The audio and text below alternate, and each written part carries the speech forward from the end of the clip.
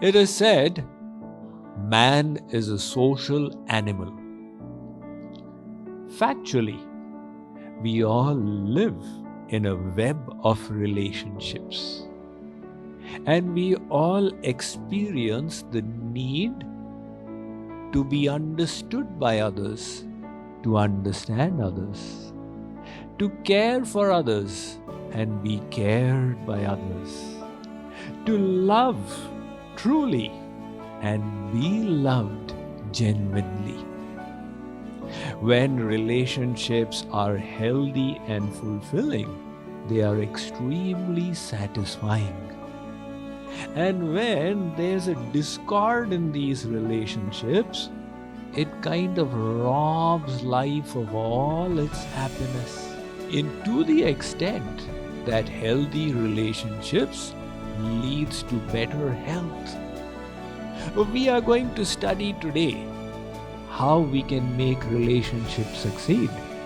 But before that, what makes them fail?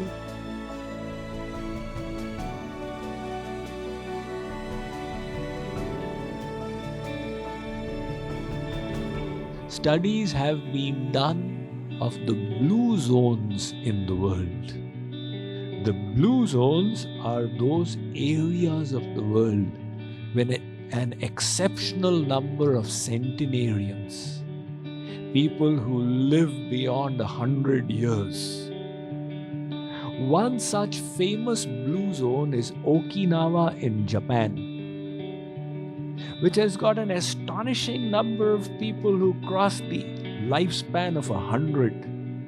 And it has been the subject of study for nutritionists, for physicians, for psychologists, for sociologists.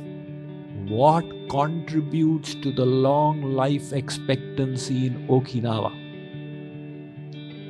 And the strongest correlation they found was in the relationships. The society is such they have tremendous respect for their elders. They view their elders as assets of society, and they feel the need to take care of them and offer them respect. And the fact that these people are so respected and made to feel worthwhile results in their long lifespan. Now that formula holds good all through life. We are going to study today how we can make relationships succeed. But before that, what makes them fail? Both these aspects need to be understood. Like anything else, the cultivation of healthy relationships is also a science that can be learned. So, the one thing that really disrupts relationships is not about the other person, it's about ourselves.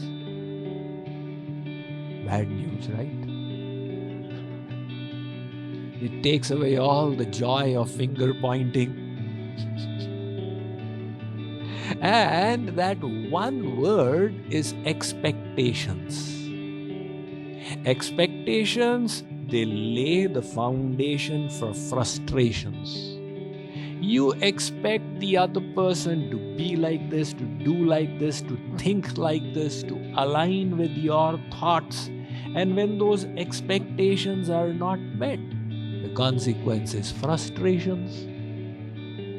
The expectations could be anything. I was once counseling a husband and wife who were on the brink of divorce, and I got to the bottom of it, what caused it all. And I came to know it was the husband's insistence that when you extract toothpaste from that tube, you have to press it from the back so that it gradually moves forward and it looks beautiful.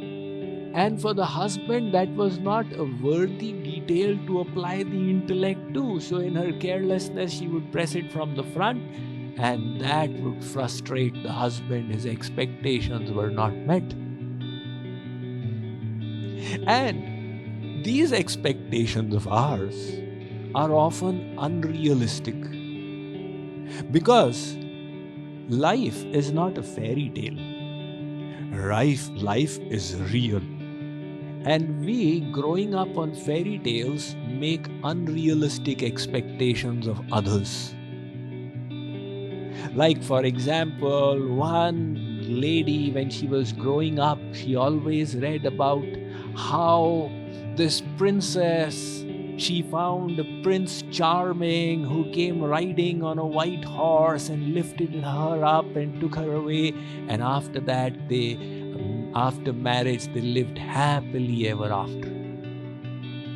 So that became her expectation, that my husband should be the Prince Charming with whom I should live happily ever after. But what she discovered was that she had not married the prince on the horse, she had married the horse. When the reality dawned upon her, it shattered her expectations, and then there was no end to the frustrations. So these expectations of ours, what are the kinds of expectations? First is the other person should be perfect. Are you perfect? No, I've got my problems, but the other has to be perfect. And even if we make mistakes, we make excuses for ourselves. I made a mistake, next time I'll do better. But for the other person, we never make excuses that next time this person could do better. Should have done it perfectly right now. We are expecting perfection from the others, and that is leading to disappointments. The other is the expectation that this person should know my mind. The wife, it's her birthday today, and she has made out in her mind a plan that my husband will come, and after his office, he'll still be full of romantic emotions.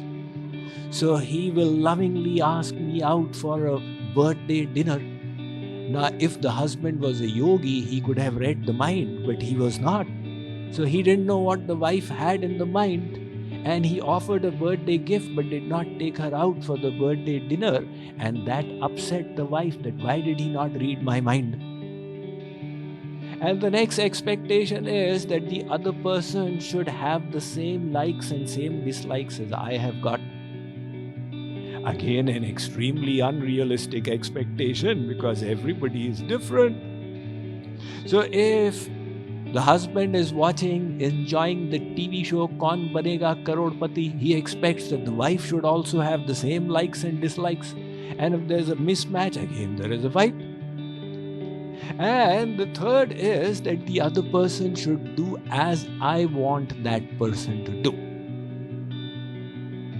So very often, the parents, when the child is born, they think my child will be the next Shravan Kumar when he grows up. Now they've created these unrealistic expectations. And he doesn't become a Shravan Kumar, he doesn't become a Rakshas Kumar either. Somewhere in between, but now there's infinite disappointment. What is at the root of all these expectations? Selfishness. I want my happiness. You are my friend, provided I get my happiness. You are my relative, provided it makes me happy. Does it make you happy? Who cares about that? It should make me happy. To the extent that even when we think we are correcting the other for their happiness, actually we are correcting them so that they change and we become happy. This self-seeking is so deeply rooted that it's practically a huge task to even realize it, what to talk of getting rid of it from the root. One husband and wife, at night, they started fighting. Do they fight? I don't know, I'm only guessing. They started fighting. And this day the fight turned pretty serious. So at midnight, the husband got extremely upset.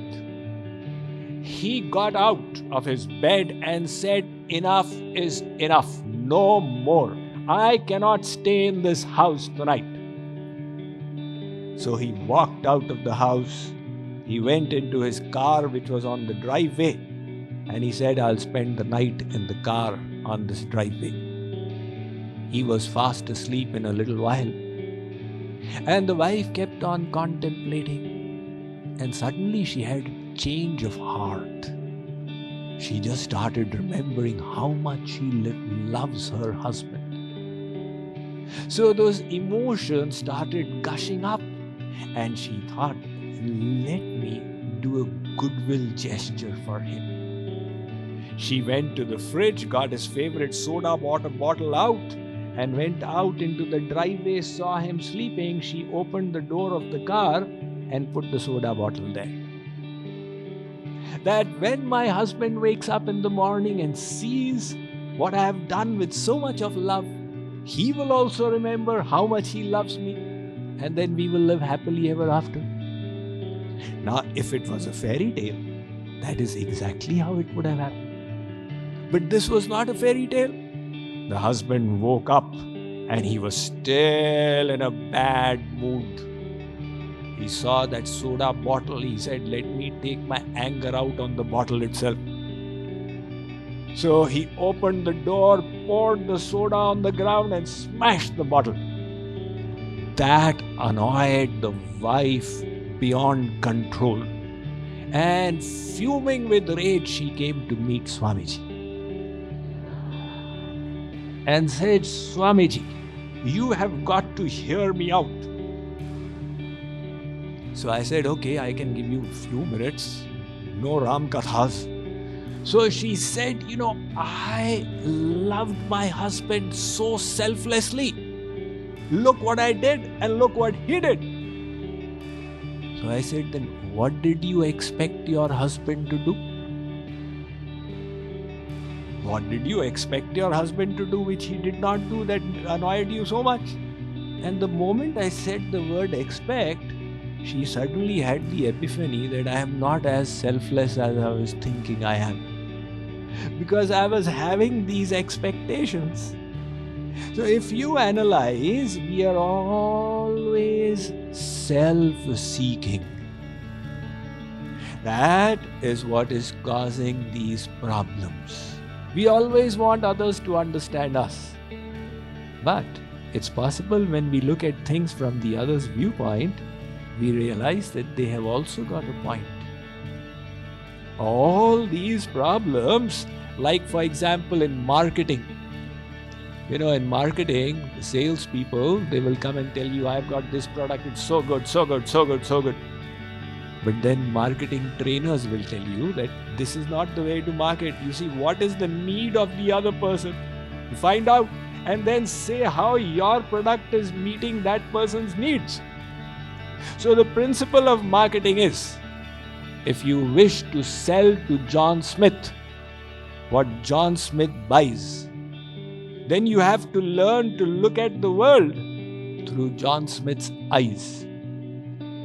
Learn to look at things from others' point of view. Seek to understand before you want the other to understand you.